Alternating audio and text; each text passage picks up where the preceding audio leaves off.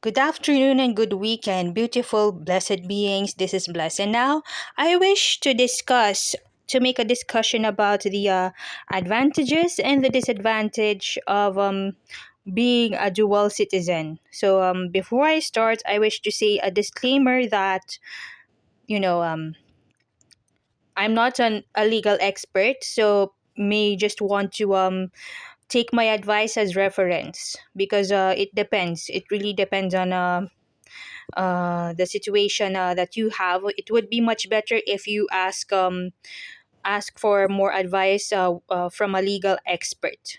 Okay, uh, and I'm just going to say my advice based on my own point of view and my own experiences as someone who became a dual citizen of both France and the Philippines. Okay, so I've made a list here: advantages and disadvantages. I think the disadvantage it's more on extra responsibilities, but there could be a disadvantage depending on the second citizenship that you may have. It depends upon the circumstances. You know, um, again, I'm just going to tell my point of view and my experience as someone who became a dual citizen this since May because I've acquired my. If you don't know yet, I've acquired my French nationality last year, October 2023, and I've reacquired my being Filipino uh, this May 24, 2024. So let's start with the so many advantages of being a dual citizen. Number one is I've listed it here even. You can stay as a citizen in both countries for a lifetime, like permanently. So as long as you don't get stripped of your second or other nationality, then you can stay there for a lifetime. You can work there and stay there for a lifetime without having the need to pay um, lots of money for a residence permit, and you will have so much more advantages compared to just being a permanent resident of that country. So you'll have the right to vote, and you'll have the full right as a citizen of that country. And I'm very thankful to have the French passport and the French citizenship because I will no longer be required to pay around 200 to 300 euros every decade, every 10 years, just to stay here in France. So I can actually stay in France for as long as possible, even a lifetime, because I'm already a citizen of this country.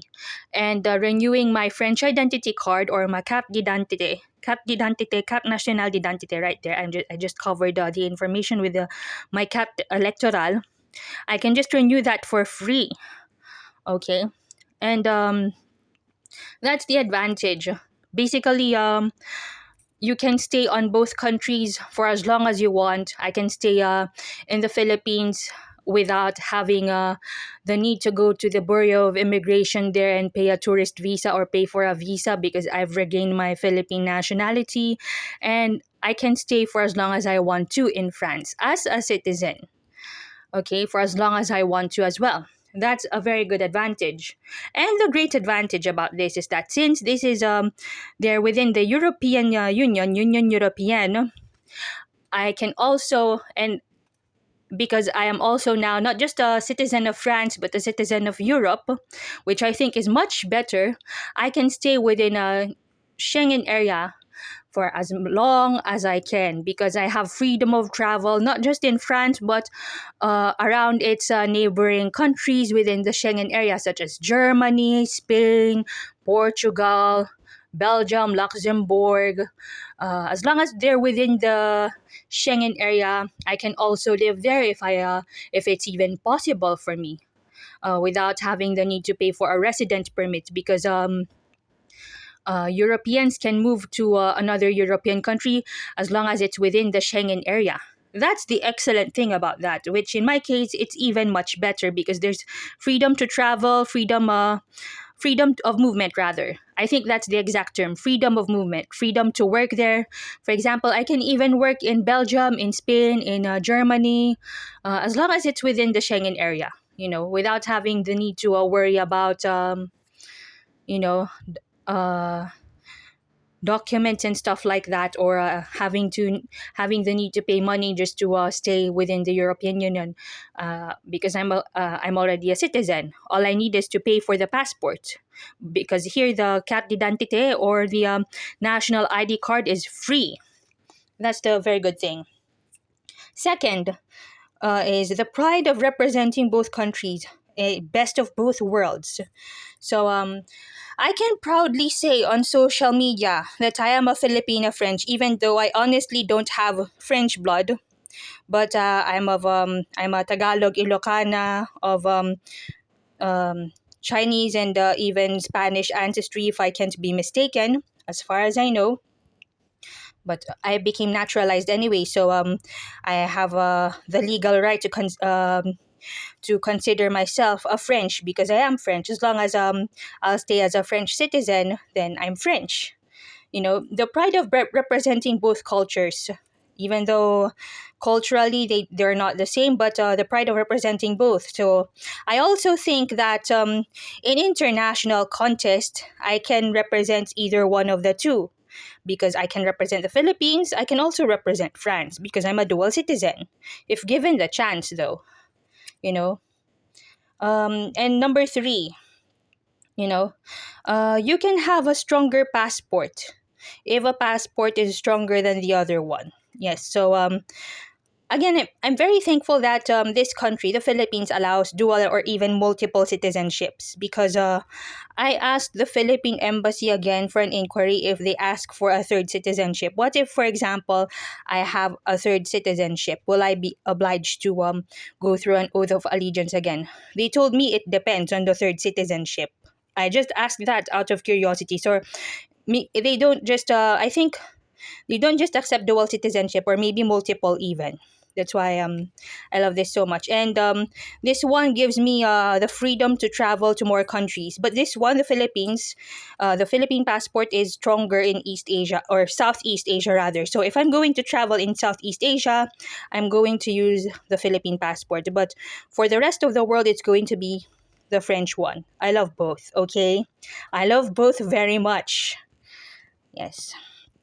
And again, I'm going to go back to number one. No, number two, the pride of representing both countries. So you'll also have the privilege uh, of both countries. In my case, I'll have the privilege of a Filipino citizen, as well as the privilege of being a French citizen, which is actually excellent. Okay.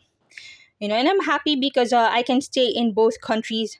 It's even better because I can't just stay in France, but in the whole Schengen area of Europe. As long as it's within Schengen area, I can stay there for as long as I'm a European citizen, which is actually very excellent. And I feel very happy and blessed to say that.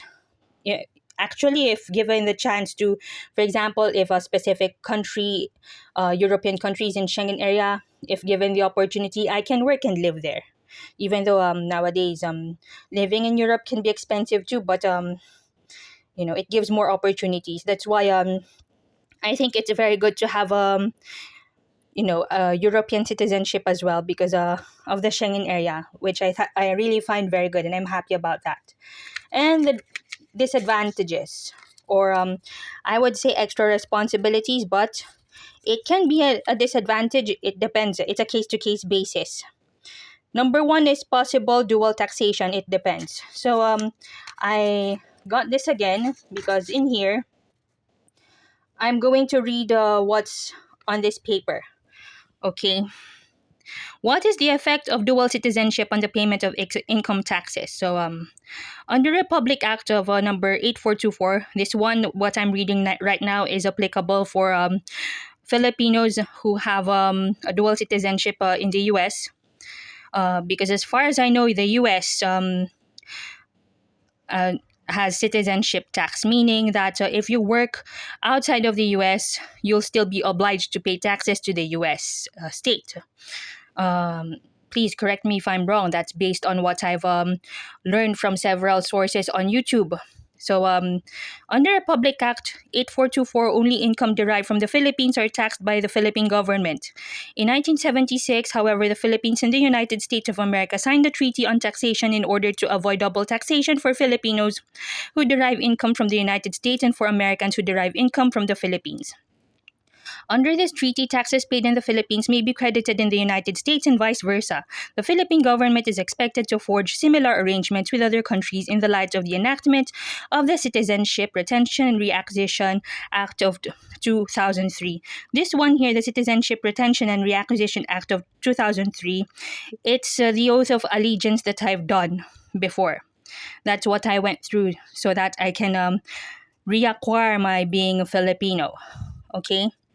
My being Filipina. And number two, obligation. I think this is more of an extra responsibility for me. Obligation as a citizen for both countries. So I'm obliged to vote for the two countries. Tomorrow, there will be an election of the deputy here in France. So as a French citizen, I'm gonna go for that. It said here, voter est un droit.